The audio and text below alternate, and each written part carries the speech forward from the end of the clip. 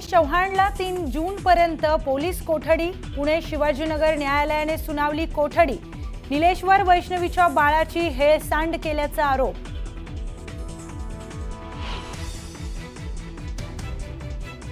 जालिंदर सुपेकरांना पहिला झटका। मुख्यमंत्र्यांच्या सूचक वक्तव्यानंतर जालिंदर सुपेकरांची होमगार्ड विभागात बदली।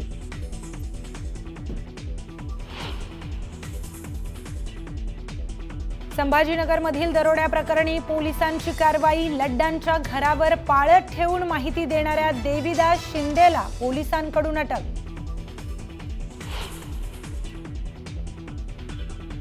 बीडच्या आहेर वडगावात जुन्या भांडणातून तरुणाला मारहाणीचा व्हिडिओ काढल्याचा जाब विचारत केली मारहाण। पोलिसांमध्ये गुन्हा दाखल, मात्र आरोपी अद्यापही मोकाट। दोन्ही राष्ट्रवादी कधी एकत्र येणार का हे मला माहित नाही। राष्ट्रवादीच्या विलिनीकरणाच्या चर्चेवर शरद पवारांचं सूचक विधान।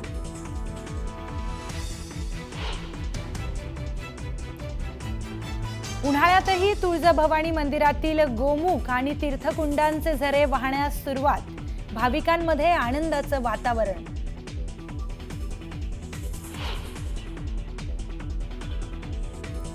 अमरावतीच्या कौंडण्यपूरतील माता रुक्मिणी मातेच्या पालखीचं दुपारी पंढरपूरकडे प्रस्थान। 33 दिवसांचा पायी प्रवास करत पोहोचणार पंढरपूरला।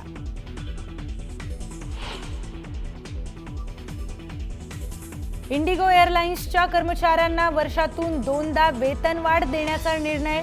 देशभरातील 26,000 कर्मचाऱ्यांना होणार फायदा। व्यवस्थापन समितीच्या बैठकीत निर्णय।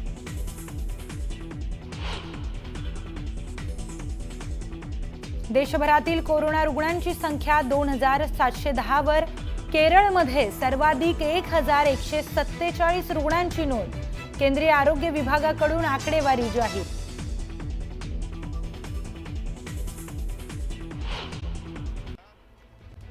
तर एक ब्रेकिंग न्यूज समोर येते। निलेश चव्हाणला 3 दिवसांची पोलीस कोठडी सुनावण्यात आली आहे। तब्बल 10 दिवसानंतर निलेश चव्हाणच्या मुसक्या आवळण्यात पुणे पोलिसांना यश आलंय। त्याचबरोबर त्याला आज कोर्टात सादर करण्यात आलं होतं। तर त्यामध्ये कोर्टाने निलेश चव्हाणला 3 दिवसांची पोलीस कोठडी सुनावली आहे। निलेश चव्हाणला नेपाळमधून अटक करण्यात आली होती।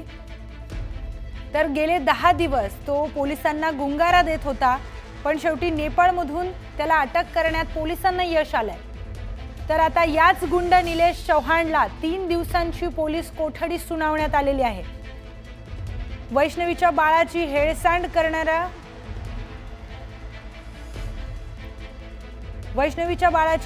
करणाऱ्या निलेश चव्हाणला अखेर पोलिसांनी पकडलंय, त्याला कोर्टात हजर केलंय।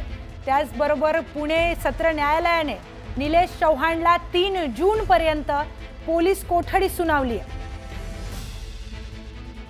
गेली 10 दिवस आरोपी निलेश चव्हाण हा पोलिसांना गुंगारा देत होता। शेवटी त्याला नेपाळच्या बॉर्डरवर बेड्या ठोकण्यात पुणे पोलिसांना यश आलंय। त्यानंतर पुणे सत्र न्यायालयामध्ये त्याच्या संदर्भात सुनावणी सुरू होती आणि याच सुनावणी दरम्यान निलेश चव्हाणला 3 जून पर्यंत पोलीस कोठडी सुनावण्यात आलेली आहे। या संदर्भात अधिक माहिती घेऊयात आपले प्रतिनिधी वैभव सोनवणे यांच्याकडून। वैभव, या गुंड निलेश चव्हाणला 3 जून पर्यंत पोलीस कोठडी सुनावण्यात आलेली आहे, काय अधिकची माहिती? आदेश येणार होता 3 जून पर्यंत निलेश चव्हाण पोलीस कोठडी सुनावण्यात आली आहे। त्याच्यावरती जे प्रमुख आरोप ठेवण्यात आलेले होते त्याच्यामध्ये ॲबेटमेंट टू सुसाईडला म्हणजे आत्महत्येला प्रवृत्त करण्याचे जे षडयंत्र या हगवणे कुटुंबियांनी रचलं त्याच्यामध्ये एक आरोपी म्हणून त्याची नोंद जी आहे ती या गुन्ह्यामध्ये करण्यात आलेली आहे। आणि या गुन्हा घडण्यापूर्वी वेळापूर्वी आरोपी शशांक हगवणे, कृष्ण हगवणे आणि निलेश चव्हाण यांच्यामध्ये फोन कॉल झाल्याचं पोलिसांच्या तपासामध्ये CDR रेकॉर्ड्स मधून समोर आलेलं आहे। त्याच्यामुळे ते फोन कॉल करून तो स्वतः या षडयंत्र होता का, त्याचबरोबर यांचे मोबाईल निलेश चव्हाणकडे त्यांनी तपासामध्ये तशी माहिती दिल्यावरती हे मोबाईल हस्तगत करायचे आणि त्याच्यातून काही डेटा चॅटिंग जे आहे ते रिकव्हर करायचे। यांच्यामध्ये काय संभाषण झालं यापूर्वीचं ते त्यांनी डिलीट केलंय का, पुरावे नष्ट केलेत का, या सगळ्या बाबतीमध्ये तपास जो आहे तो करायचा असल्यामुळे पोलीस कोठडी 5 दिवसांची मागितलेली होती. 3 दिवसांची कोठडी जी आहे ती न्यायालयानं निलेश चव्हाण याला सुनावली. तर धन्यवाद वैभव, आपण दिलेल्या माहितीसाठी. या आरोपी निलेश चव्हाणला गेल्या 10 दिवसांपासून पुणे पोलीस शोधत होता आणि शेवटी याच्या मुसक्या आवळण्यात पुणे पोलिसांना यश आलंय आणि याच आरोपी निलेश चव्हाणला आता 3 जून पर्यंत पोलीस कोठडी सुनावण्यात आलेली आहे. या संदर्भात अजून पुढे काय कारवाई होते हे देखील पाहण्यासारखं असणार आहे.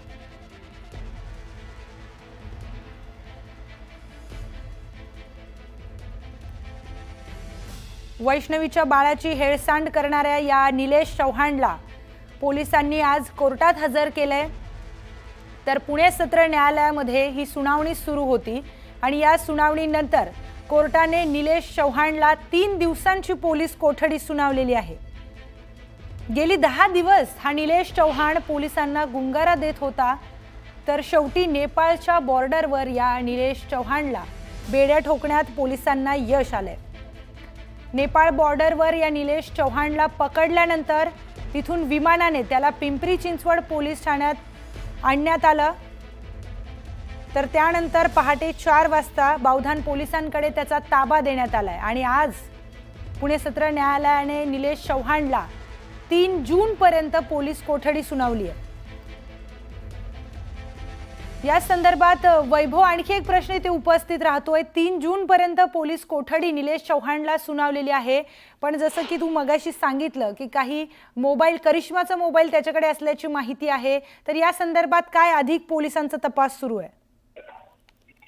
या दाखल गुन्ह्यामध्ये निलेश चव्हाण याचा सहभाग असल्याचं निष्पन्न झालेलं होतं आणि त्याच्यानुसार या गुन्ह्यामधला त्याचा सहभाग, कट रचना, अपप्रेरणा देणं म्हणजे आत्महत्येला प्रवृत्त करणं अशा संदर्भातले कलम जे आहेत ते त्याच्यावरती होणार आहेत. आणि हा आरोपी जो आहे निलेश चव्हाण याच्याकडे करिश्मा आणि लता, जी वैष्णवीची सासू आणि ननंद आहे, त्यांचे मोबाईल होते.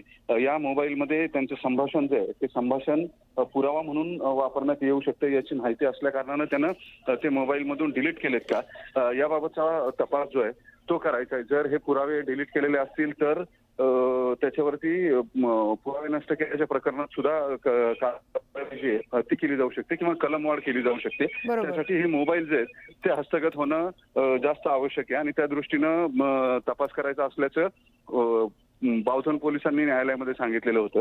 शेवटी या सगळ्यामध्ये त्याला लुकआउट नोटीस काढल्याची माहिती न्यायालयामध्ये देण्यात आली. यापूर्वीच्या बलात्काराच्या गुन्ह्यामध्ये त्याला हायकोर्टाकडून जामीन मिळालेला असल्याची माहिती जी आहे ती न्यायालयाला देण्यात आलेली होती आणि या सगळ्या आरोपांखाली 5 दिवसांची पोलीस कोठडी जी आहे ती बावधन पोलिसांनी मागितलेली होती. अखेर 3 दिवसांची पोलीस कोठडी जी आहे म्हणजे 3 जून पर्यंतची पोलीस कोठडी जी आहे ती या आरोपींना देण्यात आलेली होती, या निलेश चव्हाणला देण्यात आलेली आहे. आता या पुढच्या तपासामध्ये त्याचा नेमका कसा सहभाग होता किंवा काय याबाबतचा तपास जो आहे तो पोलीस करतील आणि मोबाईल जे आहेत करिश्मा आणि लताचे ते हस्तगत करणं आणि त्यातलं संभाषण जे मोबाईलवर झालेलं चॅटिंग जे आहे ते पोलीस मोर्चा प्रमुख आव्हान असेल. जर हे चॅटिंग डिलीट केलेलं असेल तर त्यातला महत्वाचा पुरावा जो आहे तो नष्ट केलेला कलम सुरेश चव्हाण याच्यावरती लावण्यात येऊ शकतं. त्या दृष्टीस करायचं असल्याचं न्यायालयाला सांगण्यात आलेलं होतं आणि या सगळ्याची दखल घेत आणखी एक महत्वाचं कलम जे त्याच्यामध्ये लावण्यात आलेलं होतं ते ज्युव्हेनाईल जस्टिस जे ऍक्ट म्हणजे बाल न्याय हक्क कायदा जो आहे त्याचं कलम 86 लावण्यात आलेलं होतं आणि त्याच्या दृष्टीने सुद्धा न्यायालयामध्ये युक्तिवाद करण्यात आला दोन्ही वकिलांकडून. ते अजामीनपात्र असं सरकारी वकिलांनी सांगितलेलं होतं. तर आरोपीचे वकील जे आहेत त्यांच्याकडून हे कलम जामीनपात्र असं सांगण्यात आलेलं होतं. त्यासाठी एक मिनिटभर युक्तिवाद जो आहे तो न्यायालयामध्ये झाला. मात्र हे कलम अजामीनपात्र असल्याचं न्यायालयाने स्पष्ट केल्यानंतर आता 3 दिवसांची पोलीस कोठडी जी आहे ती निलेश चव्हाण याला देण्यात आली आहे. तर धन्यवाद वैभव, आपण दिलेल्या सविस्तर माहितीसाठी.